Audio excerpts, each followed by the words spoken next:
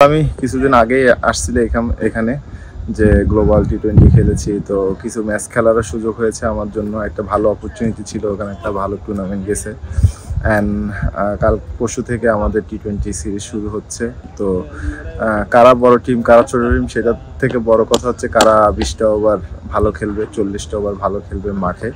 তো ওইটার জন্য অপেক্ষা করতে হবে। আমরা যদি তিনটা সাইডই ভালো করতে পারি, bowling batting fielding team wise ভালো খেলতে পারি, আমরা আশা করি যে তাদেরকে আমরা আরামসে বিট করতে পারবো। এবং তারা টি20তে ভালো টিম, ওদের থেকে মনোযোগ দিতে হবে। আমরা আমাদের বেস্টটা দেওয়ার চেষ্টা করলে আমরা ম্যাচ উইন করতে পারবো।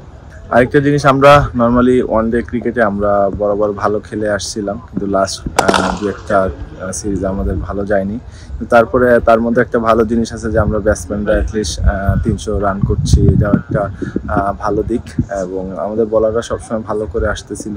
এই সিরিজটাতে হয়তো একটু তারা স্ট্রাগল করছে, আমার কাছে মনে হয়। আশা করি তারা সামনে টি20তে কামব্যাক করবে। অ্যান্ড তার পাশাপাশি আমরা ব্যাটসম্যানরা যারা রান করছিলাম বা রান করছে সবাই, যেহেতু আমরা ওয়ানডেতে 300 রান করছি, এখানে যদি তারা সেটা ধারাবাহিক বজায় রাখতে পারে তো বলার আর ব্যাটসম্যান মিলে ভালো টুর্নামেন্ট হবে।